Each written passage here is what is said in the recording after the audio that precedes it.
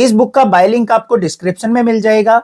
उस given link से आप अदर सब्जेक्ट्स की बुक भी और उनके सैंपल पेपर्स भी बाय कर सकते हैं, जैसे कि फिजिक्स, केमिस्ट्री, बायोलॉजी एक्सेट्रा।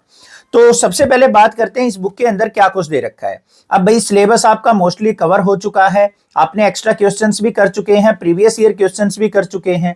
अब 100 आउट ऑफ 100 कैसे स्कोर किया जाए, तो उसके लिए हमें रिक्वायरमेंट होती है सैंपल पेपर्स की। तो सैंपल पेपर देख लेते हैं इसमें किस टाइप के और कैसे सैंपल पेपर दे रखे हैं। तो सबसे पहले बात करें, यहां पे कुछ हमें सोल्ड पेपर देखने को मिलेंगे और कुछ अनसोल्ड पेपर देखने को मिलेंगे। यहां पे बोर्ड सोल्ड पेपर 2024 भी हमें गिवन मिलेगा। अब यहां पे ध्यान से देखो, सबसे पहले दे रखा है sample question paper with blueprint. हमें एक सैंपल पेपर दे रखा है, साथ में ब्लूप्रिंट दे रखा है कि कौन से सब्जेक्ट, कौन से चैप्टर से कितने मार्क्स के क्वेश्चन आएंगे और कहां कहां पे आपको क्वेश्चंस के बीच में चॉइस देखने को मिलेगी। साथ में आपको यहां पे इस बुक के अंदर एक क्यूआर कोड मिल जाता है। Scan the QR code to get the answer of the unsolved paper. अब जो ये अनसोल्ड पेपर आप सोल्व आउट करके देखोगे, कोई क्वेश्चन में कोई दिक्कत महसूस होती है, अगर सोल्व आउट नहीं हो पाता है तो इस क्यूआर कोड को स्कैन करके आप इन अनसोल्ड पेपर का भी सॉल्यूशन चेक कर सकते हैं। तो आगे देखते हैं कैसा पेपर है। यहां पे सबसे पहले आ गया भाई हमारे पास ब्लूप्रिंट। अब यहां ये चीज बहुत इंपॉर्टेंट होती है। सबसे पहले क्या है, 20 क्वेश्चंस आएंगे हमारे 1 मार्क्स के। तो यहां पे चैप्टर मेंशन कर रखे हैं कि किस चैप्टर से हमारा क्वेश्चन आपको देखने को मिलेगा। अब जैसे मैट्रिक्स के अंदर क्वेश्चन नंबर 2 और क्वेश्चन नंबर 7 देखने को मिलेगा। क्वेश्चन नंबर 1 आपका डिटरमिनेंट से होगा, 3rd application of determinant derivative से होगा, 4th डिटरमिनेंट से होगा। इस प्रकार से हमें क्वेश्चंस करने हैं। 1 मार्क्स के क्वेश्चन आपको पता चल जाएगा कौन से चैप्टर से आएंगे। फिर बात करते हैं 2 मार्क्स के, वो भी आपको यहां पे मेंशन कर रखा है कि इन चैप्टर से आपको 2 मार्क्स के क्वेश्चन देखने को मिलेंगे।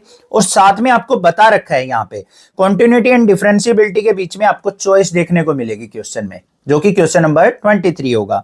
फिर क्वेश्चन नंबर 24 होगा वेक्टर से, जिसके अंदर भी आपको चॉइस देखने को मिलेगी। आप उन चॉइस वाले क्वेश्चंस में से कोई भी एक क्वेश्चन आप अटेम्प्ट कर सकते हैं।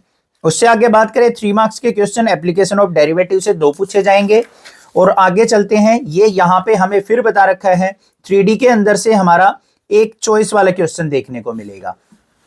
नेक्स्ट इंटीग्रल के अंदर भी चॉइस वाला क्वेश्चन देखने को मिलेगा और प्रोबेबिलिटी के अंदर भी। फिर 5 मार्क्स के क्वेश्चन जो होंगे कॉन्टिन्यूटी एंड डिफरेंशिएबिलिटी, वहां भी चॉइस होगी। और 3D वाले चैप्टर से भी आपको एक क्वेश्चन के अंदर चॉइस देखने को मिल जाएगी। अब सैंपल पेपर देख लेते हैं। यहाँ पे सैंपल पेपर के अंदर सबसे पहले आपको जनरल इंस्ट्रक्शंस पे फोकस करना है। क्वेश्चन पेपर के अंदर आपके 38 क्वेश्चंस होंगे, जिसके अंदर आपके 5 सेक्शंस होंगे। सेक्शन फर्स्ट के अंदर आपके 1 मार्क्स के क्वेश्चन होंगे, सेक्शन बी में 2 मार्क्स के, सेक्शन सी में 3 मार्क्स के और सेक्शन डी आपका 5 मार्क्स का होगा। और लास्ट सेक्शन ई 36, 37, 38 3 क्वेश्चन आपके केस स्टडी बेस्ड क्वेश्चन होंगे, जो कि आपके 4 मार्क्स के होंगे।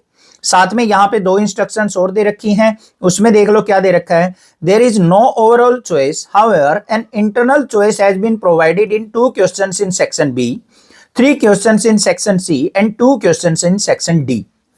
1 sub part each in 2 questions of section E. तो यहां पे आपको चॉइस अच्छे से एक्सप्लेन करके दे रखी है कि कहां कहां पे किस सेक्शन के अंदर आपको कितने क्वेश्चंस में चॉइस देखने को मिलेगी।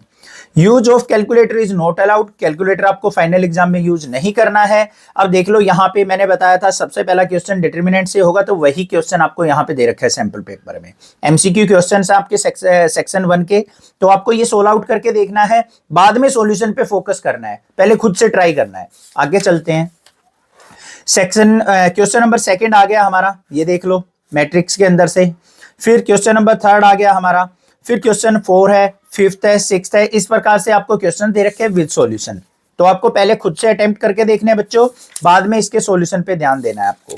तो ये तो हो गए हमारे मल्टीपल चॉइस क्वेश्चन 1 मार्क्स के यहाँ पे। और लास्ट का क्वेश्चन नंबर 19 और 20 जो होगा हमारा असर्शन और रीजनिंग बेस्ड क्वेश्चन होता है। तो ये भी आपको ध्यान से पढ़ना है। इसमें जो स्टेटमेंट गिवन है, असर्शन गिवन है और रीजन गिवन है, वो दोनों अच्छे से देखने हैं कि कौन सा असर्शन ठीक दे रखा है। असर्शन जो दे रखा है हमें, मतलब एक स्टेटमेंट दे रखी है, फिर उसका रीजन दे रखा है, मतलब एक्सप्लेनेशन, क्या वो दोनों ठीक है, क्या वो दोनों आपस में एक दूसरे से रिलेट करते हैं या नहीं करते हैं। मतलब ऊपर जो स्टेटमेंट दे रखा है, क्या उसी का सॉल्यूशन नीचे दे रखा है रीजन के अंदर। तो वो चीज के बेस पे ही आपको आंसर देना है। यहां पे पहले चारों ऑप्शंस को आपको अच्छे से रीड कर लेना है। फिर आगे चलते हैं, हमारा सेक्शन बी आ जाता है 2 मार्क्स का। 2 मार्क्स के अंदर क्वेश्चंस ये दे रखे हैं हमें, और साथ में जो उसने बताया था कि वेक्टर के अंदर आपको चॉइस देखने को मिलेगी, तो 2 क्वेश्चन आपको वेक्टर के दे रखे हैं। दोनों में से आपको कोई भी एक अटेम्प्ट करना है। अब इन क्वेश्चंस को अटेम्प्ट करते टाइम आपको एक चीज, छोटी सी चीज ध्यान देनी है। अगर आप इस क्वेश्चंस में से आपको लगता है कि मुझे बी पार्ट बहुत अच्छे से आता है, तो पहले आप बी पार्ट को अटेम्प्ट कीजिए, ए पार्ट को आप स्किप कर दीजिए। ऐसा नहीं है कि आपको दोनों आते हो और ए में आप डाउटफुल हो तो पहले ए को करेंगे फिर बी को करेंगे, नहीं। जो पहले आपको बहुत अच्छे से आता है उसको पहले करेंगे, अगर दूसरा भी करना चाहते हो तो फिर उसको तो आप सेकंड पार्ट में, उसके बाद आप अटेम्प्ट कर सकते हो। क्लियर हो गई बात? ये तो हो गया हमारा सेक्शन बी। फिर आ गया सेक्शन सी। सेक्शन सी के अंदर भी आपको चॉइस देखने को मिलेगी। तो यहां पे देख लो, ये आ गया हमारा सेक्शन सी के अंदर भी आपको क्वेश्चन, यहां पे दोनों में से कोई भी एक अटेम्प्ट करना है। फिर बात करते हैं, यहां पे आगे चलते हैं, क्वेश्चन नंबर 29 आ गया, 30 आ गया, फिर 31 आ गया। 31 क्वेश्चन में भी आपको चॉइस देखने को मिलेगी, ब्लूप्रिंट में बता रखा था, तो यहां भी आपको चॉइस देखने को मिलेगी। प्रोबेबिलिटी के क्वेश्चन में कोई भी एक अटेम्प्ट कर सकते हैं। ऐसे ही सेक्शन डी आ गया।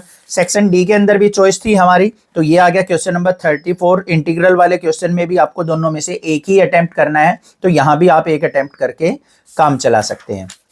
फिर ये दे रखा है हमें आगे इस प्रकार से। तो ये हमारा लास्ट क्वेश्चन आ गया, जैसे 35, इसमें भी चॉइस दे रखी है, तो यहाँ पे भी आपको एक ही क्वेश्चन अटेम्प्ट करना है, तो आपको एक क्वेश्चन से ही काम हो जाएगा।